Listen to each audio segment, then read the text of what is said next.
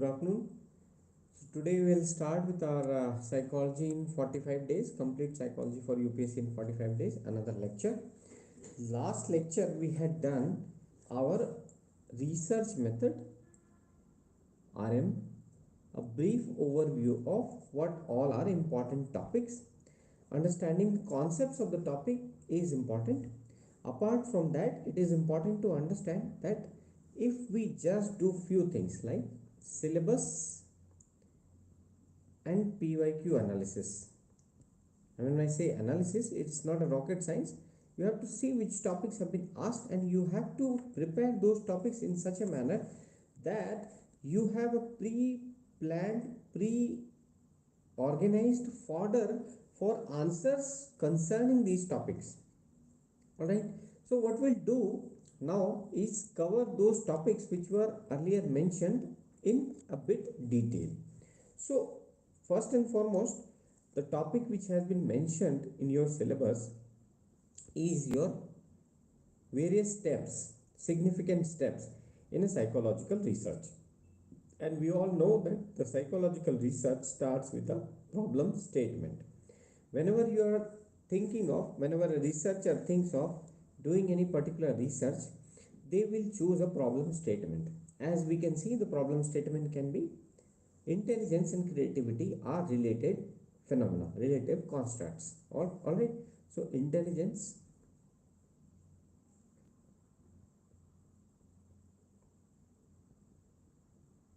is related to creativity. This can be one problem statement. This problem statement has been arrived by the researcher by going through various case studies, the literature, theories, all available in the domain of intelligence and creativity. And by going through all these details, the researcher comes out to the conclusion that these two are related. This is your problem statement. Now, after doing further study and a bit of detailed study, after interviewing certain people, the researcher realizes that not only these two are related, but there is a definite relationship that which is a tentative assumption. This is your problem statement. The tentative assumption, which is also called hypothesis, is that IQ, when it increases, the creativity also increases. IQ and creativity have a linear or positive correlation. Now, after going through these steps of your problem statement, then hypothesis, then comes a significant step which is called research design. Hypothesis has been reached. We have seen that the researcher goes in an alternate manner. Researcher goes in a reverse manner. As far as psychology is concerned, or any scientific discipline, any social science discipline which tends to become a natural science discipline or which is going closer to natural science discipline, which is a behavioral science, psychology, they always have a null hypothesis, HO. In HO, what researcher assumes is that IQ is not related to creativity. These two are not related. Okay, this is the assumption, not related at all. What is the main aim of the researcher? It is to reject HO. Once we reject HO, we'll reach to alternate hypothesis, HA, HB can be. Why have I written HA and HB? Because there can be two alternates. IQ increasing may result into creativity increasing. IQ increasing may result into creativity decreasing. These two alternate possibilities are there. Now, let's understand that what is the best phenomenon or an experimenter's heaven. The experimenter's heaven is when The null hypothesis has been rejected, HO rejected, for a sample. And what is a sample? Sample is a representative part of the population which is chosen for the sake of economy, efficiency, and convenience of the researcher. So, HO rejected for the sample, and in the final analysis of the population, it is found that the null hypothesis has got rejected finally as well. This phenomena is called experimenter's heaven, and it is also called statistical power. When the probability of this phenomena increases, the statistical power of the research increases. That simply means that the main aim of the researcher being rejection of null hypothesis has got fulfilled completely. Okay, so after this we'll go to another step as we are thinking here. Problem statement, hypothesis, and after that what?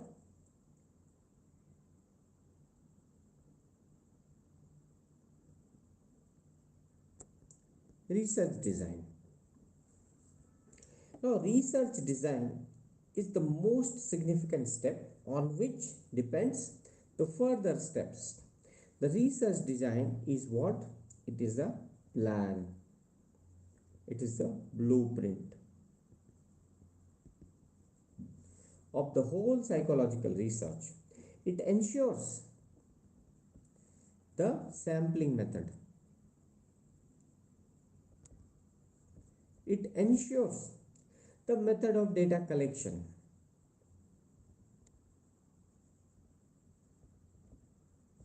It also ensures, because once you do the sampling and data collection, there will be analysis of your data, and once we say the analysis will be largely primarily mathematical or statistical.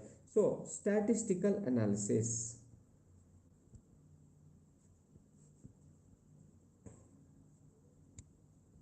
Statistical analysis of the data received is done. Once the statistical analysis is received, then there is interpretation and report writing.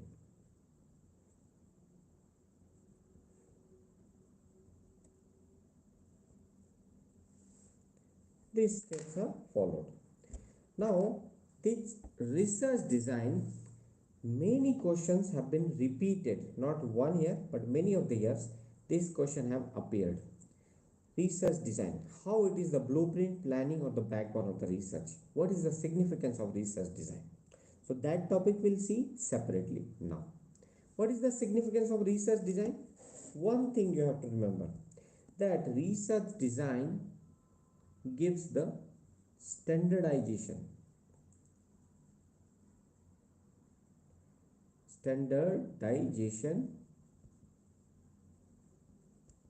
of the process of research, of the process or the steps. Once the standardization of the process has been done, what does it actually mean? There is a standard procedure, there are certain steps which are to be followed, which ensures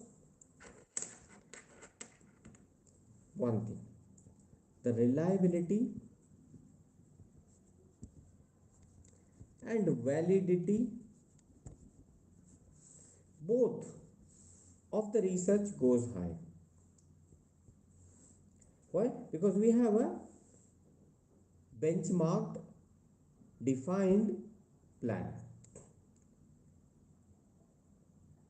Reliability and validity of your research goes really high because it is not being done randomly. Once it is done randomly, the reliability will be lesser because the scores obtained, the result obtained will not be consistent across person, place, and time. The validity of the research will be lesser because we are not following certain process if we don't have a research design or a faulty research design. So what we are looking for or the aim of the research will not meet the primary objective or the goal of the research. So that is called lesser validity. But if we have a research design, the validity will be higher. Fine. Now, second thing which is obtained by having a research design is min-max curve. What is that min-max curve? Min is minimizing the errors, minimizing the biases. Which biases? Random, chance biases. Our effort in a research is to ensure that the chance biases, the random errors, are reduced to as much as possible to the effect of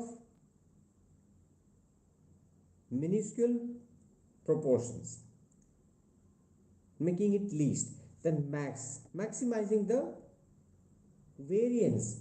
That is, the research will be designed in such a manner that it gives various outputs in different place, person, time, so that we have generalizability. We can generalize the result only if we have lot many data with us. What happens with us? If you look at the social psychology, we meet certain people from a particular region. Say you meet a person from Bihar or a person from UP. You find these people very ill mannered, having uncouth way of speaking. So you may make a representative bias in your mind, okay, because we are cognitive misers. We don't want to apply our mind, and since the IQ of many of the people is below average, most of people don't apply their mind.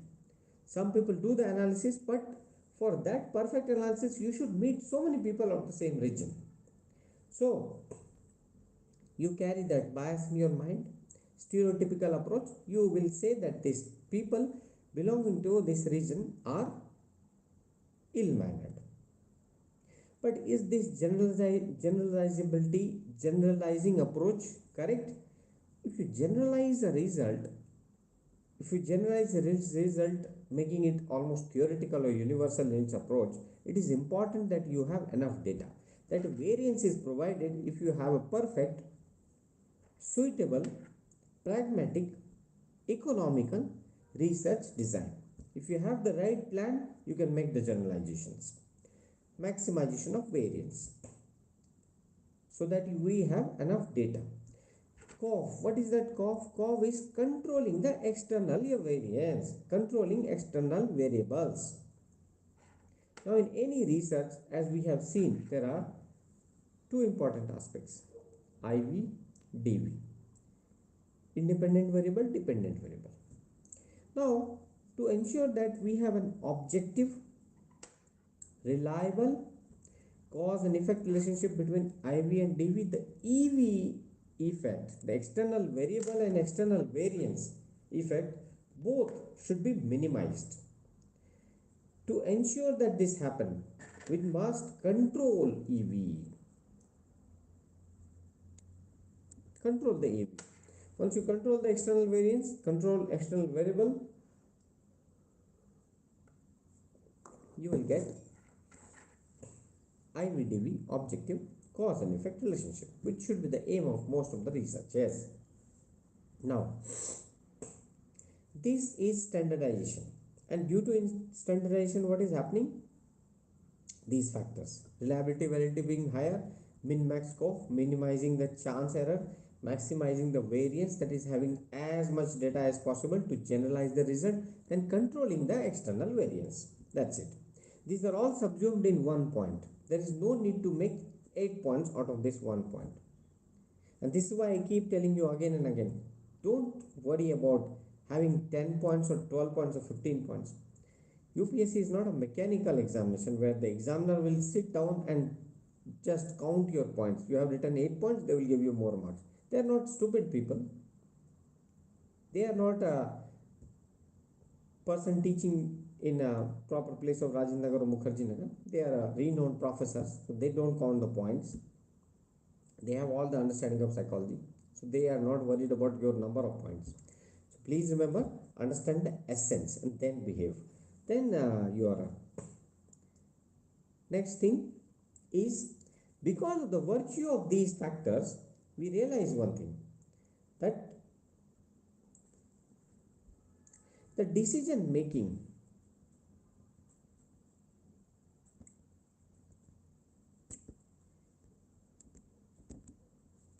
regarding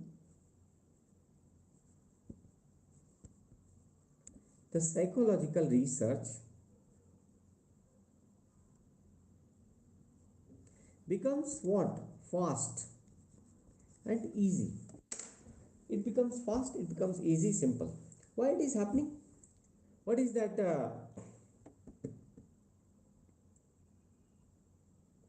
which is fueling it? Your plan. That is why I also suggest, I have given you one strategy video for prelims. It is on the YouTube.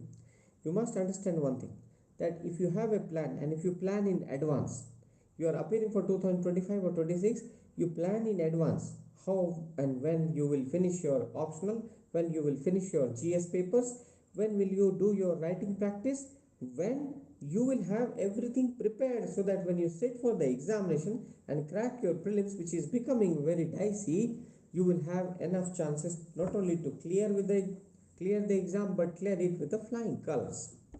And those flying colors can be achieved again through strategy.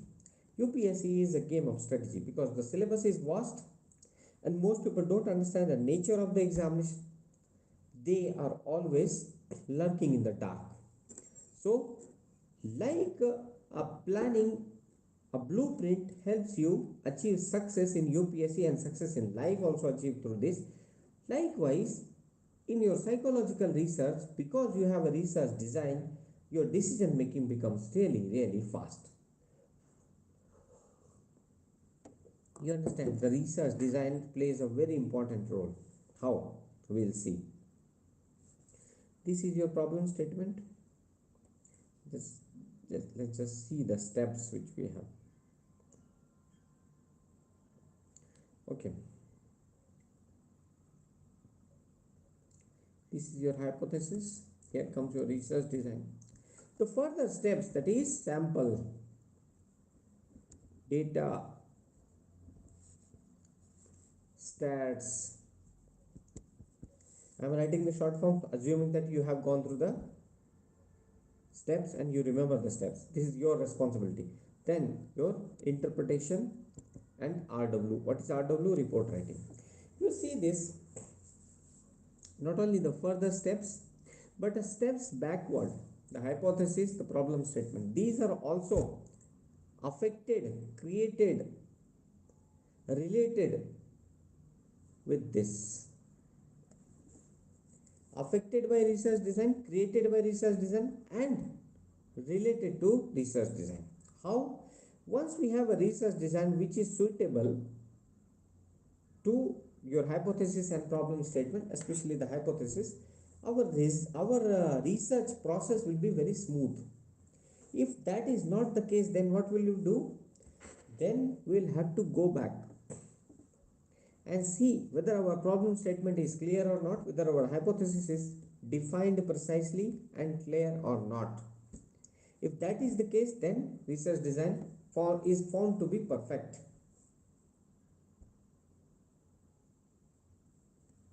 Okay, so now what we will understand is, whenever you are asked a question regarding the research design, the significance, importance of research design, or any other thing, any other factor related to research design, you must remember these steps, these points. Then we'll move further and address a topic known as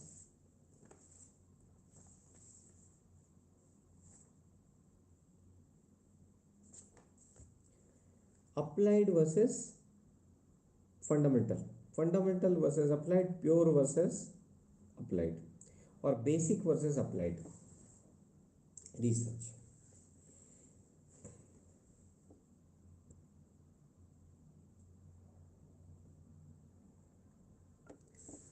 One thing we have seen, research design and its significance. Now we are seeing basic versus applied research, or pure versus applied research.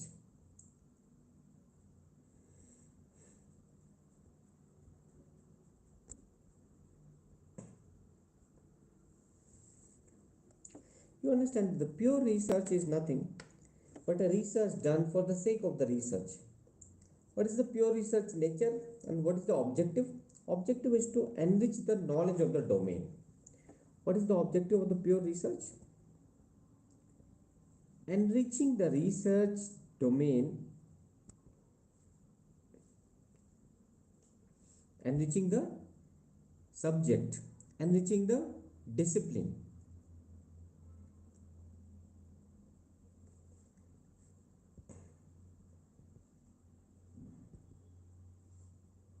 enriching the discipline is the main thing. How will the discipline be enriched? When we gather knowledge, further knowledge, or when we challenge the preconceived, hitherto existing knowledge base. Okay, what is the main concern, the objective of applied research? To solve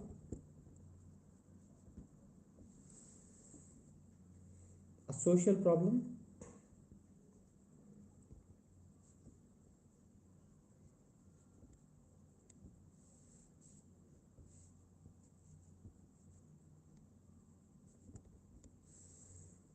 applied research is done only when you see that there is a need of solving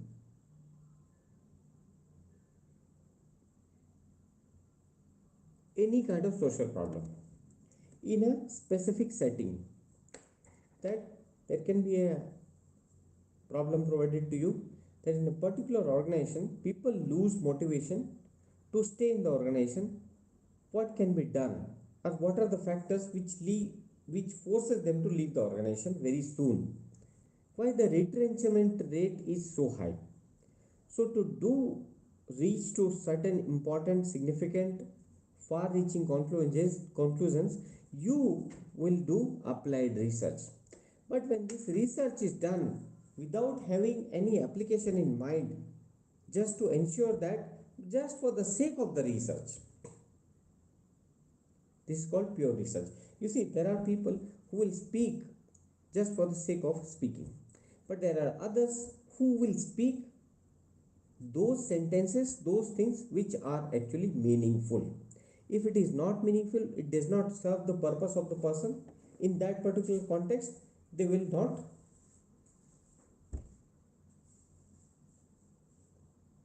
look for it.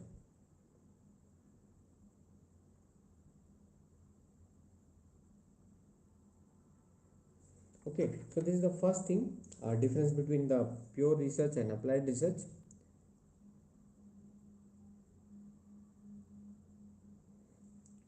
The second factor, the second difference between pure and applied research is that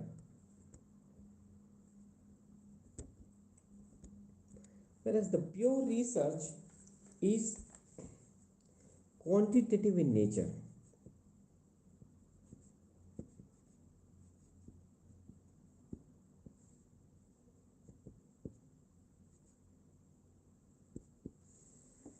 pure research is quantitative in nature, whereas the applied research is largely qualitative.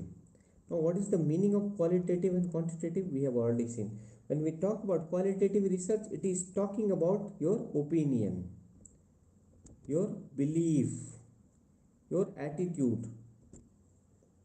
Whereas when we talk about the quantitative in nature, what does it mean? What is your IQ? What is, how many standard deviation away are you from IQ? That kind of quantitative question, which is generally done in a lab setting. Pure research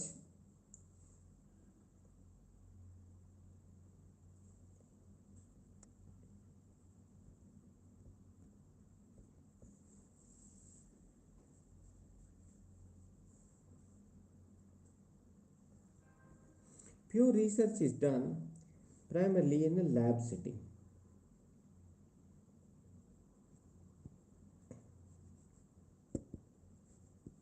Whereas applied research is done in a naturalistic setting.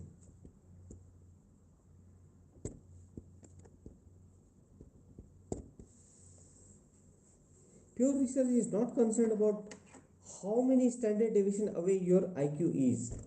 Pure research is about what can be used from your theory of intelligence to improve the learning of disadvantaged learners. those students who are suffering from learning disabilities, how to ensure that they perform the best of their capabilities. This is applied research. Okay, what else?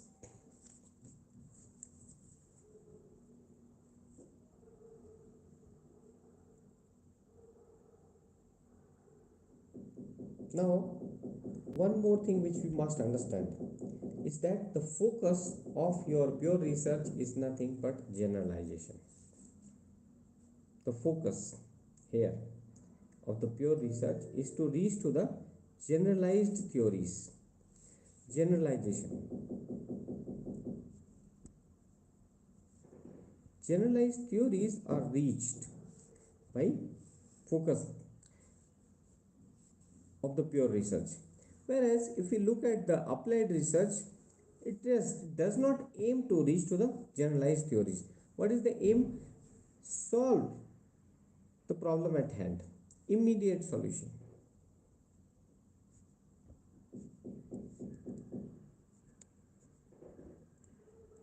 Immediate solution of the problem at hand.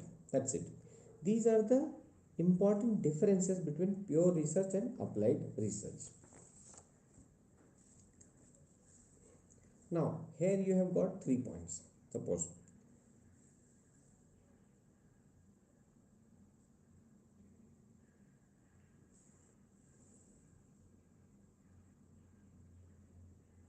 3 points about the focus, nature, and objective of pure research.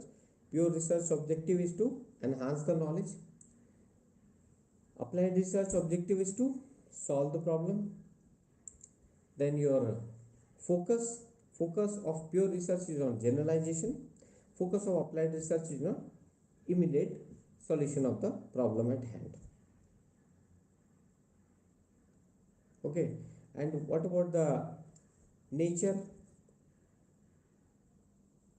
of study of the pure research? It is largely quantitative, whereas for the applied research it is largely qualitative. These 3-4 differences, if you remember, you will have enough point for your examination purpose. Now these 3-4 points which are mentioned here, you need not just sprinkle the point and run away. You have to explain these points and give examples wherever required. Then only you fetch marks. That's why you must be wondering why there are people with lesser knowledge, they end up getting very good rank, because they not only put the point but explain it. They give the examples. They present their answer in the best possible manner. They don't leave any room for speculation. If you just put the point, don't explain it, the examiner will not be impressed. And if you give 10 points, because you have studied it in the notes, the impression which is drawn by the researcher, by the examiner, is that you probably don't have any understanding of psychology, but you have just done your rote memorization and have come to the examination hall. And that is what is happening with the most of the aspirants. Otherwise, as far as points are concerned, there are enough points. Okay, so after covering this, we will focus on another topic. Right now I am moving topic wise, because within the topics only you are getting certain important concepts. Okay. Another topic which is mentioned in this part of your syllabus is methods or tools of data collection. Interview observation questionnaire specifically mentioned. We have studied these in your methods of psychology. Here we'll just repeat it. But before we go into this, one thing which was left, grounded theory approach. You know enough of it, but still I will repeat it after this topic is over. After this topic of methods of data collection is over, I will cover this grounded theory. Okay, so let's understand the methods or tools of data collection.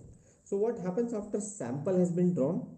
And regarding the sampling, I have told you there are probability sampling where the probability of each and every subject who is part of the population getting selected as part of the sample is either equal or fixed. All of them having equal chance or that is fixed. When all the participants who are part of the population have equal chance of getting selected as sample, it is called random sampling.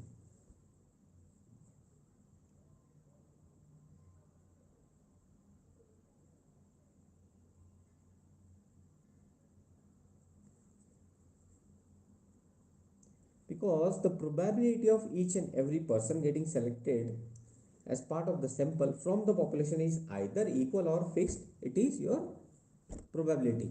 Then there is non-probability sampling.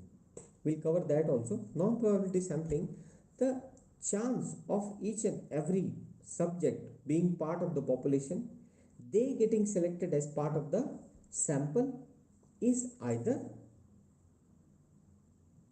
based on convenience of the sampler, that is the researcher, or based on the pragmatism, based on the practical approach of the sample collection.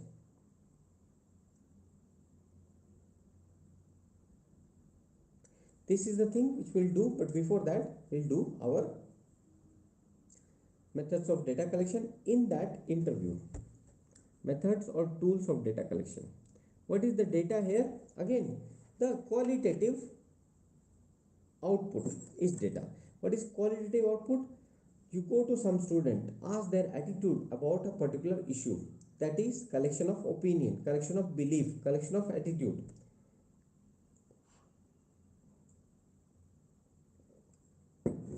And how to capture this? Tools of data collection, how to capture the data?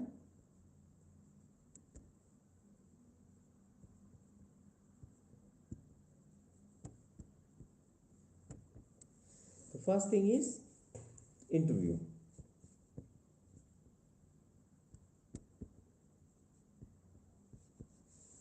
What is interview?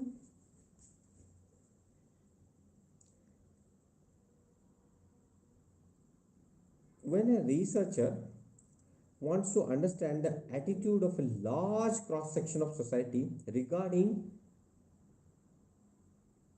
any social malpractice like dowry, they will go and collect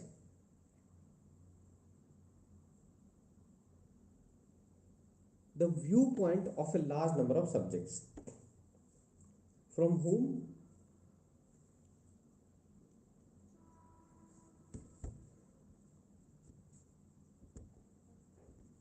rich and qualitative data is achieved.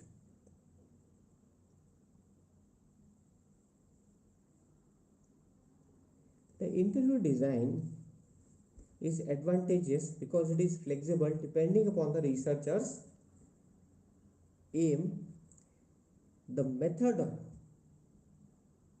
time duration, and the subjects involved in the interview all can be changed. So that gives a flexibility to our research.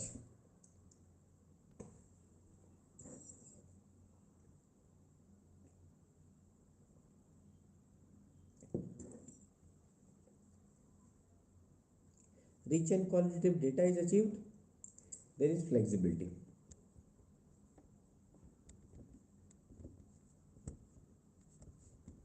Now, having rich and qualitative data, having flexibility of conducting the research, what are these two? These two are merits. Merits of interview as a tool of data collection. Fine. So now moving forward, what we'll do, we'll see the demerits. To conduct an interview, you need what? One thing aplenty, that is your time.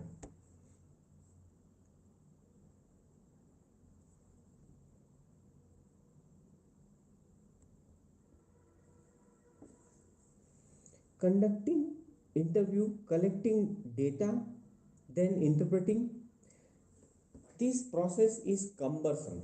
So first and foremost, time consumed is very high.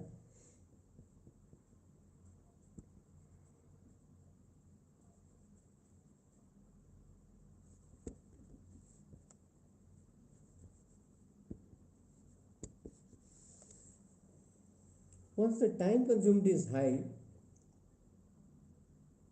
if the research, if conducting research itself becomes costlier than the finding the data or finding the universal theory, should we conduct research? The answer is no.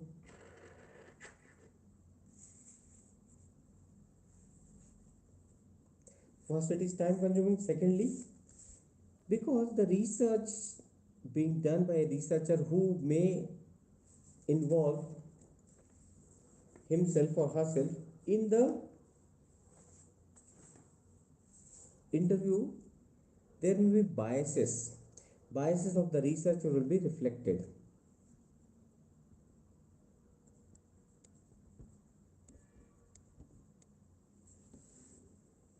The biases of the researcher which he or she is carrying since childhood, the biases of the researcher regarding a particular group of society, that all will be reflected here. These are the demerits. What about the application part or significance, if we talk about, of the interview?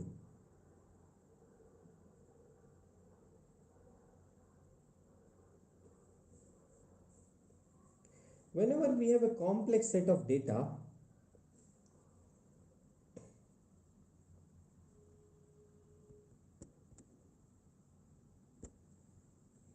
whenever we want to have individual perspective,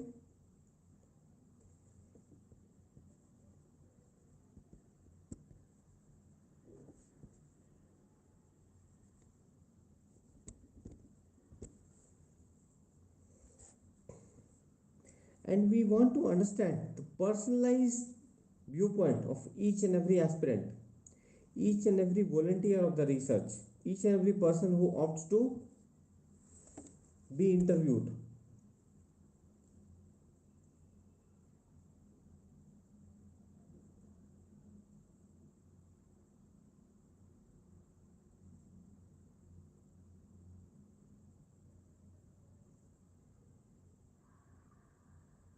If these three factors are there, when we are looking for complex data, when we are looking for individual perspective, and when we are actually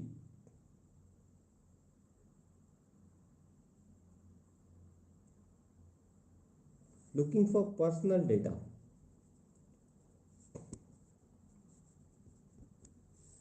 then we use interview.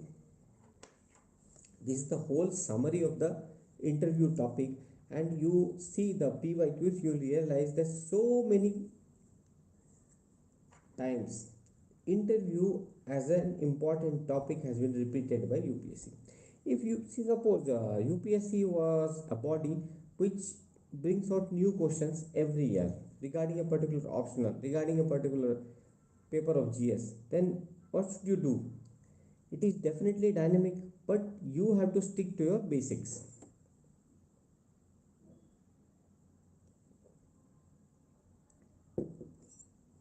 When we stick to the basics,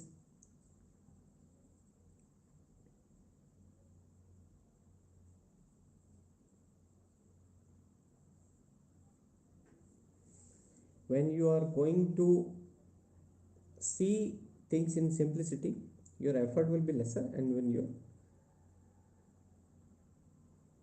you'll perform better. So interview is done. After that, what? Another method. The another method is your observation.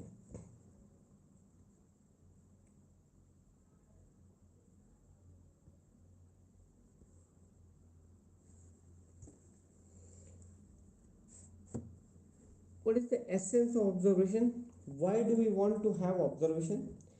Remember that any real world behavior, when it is recorded systematically in a natural setting, any any real world behavior, which is the topic of our study, when it is systematically organized, recorded in a natural setting, then it is called observation.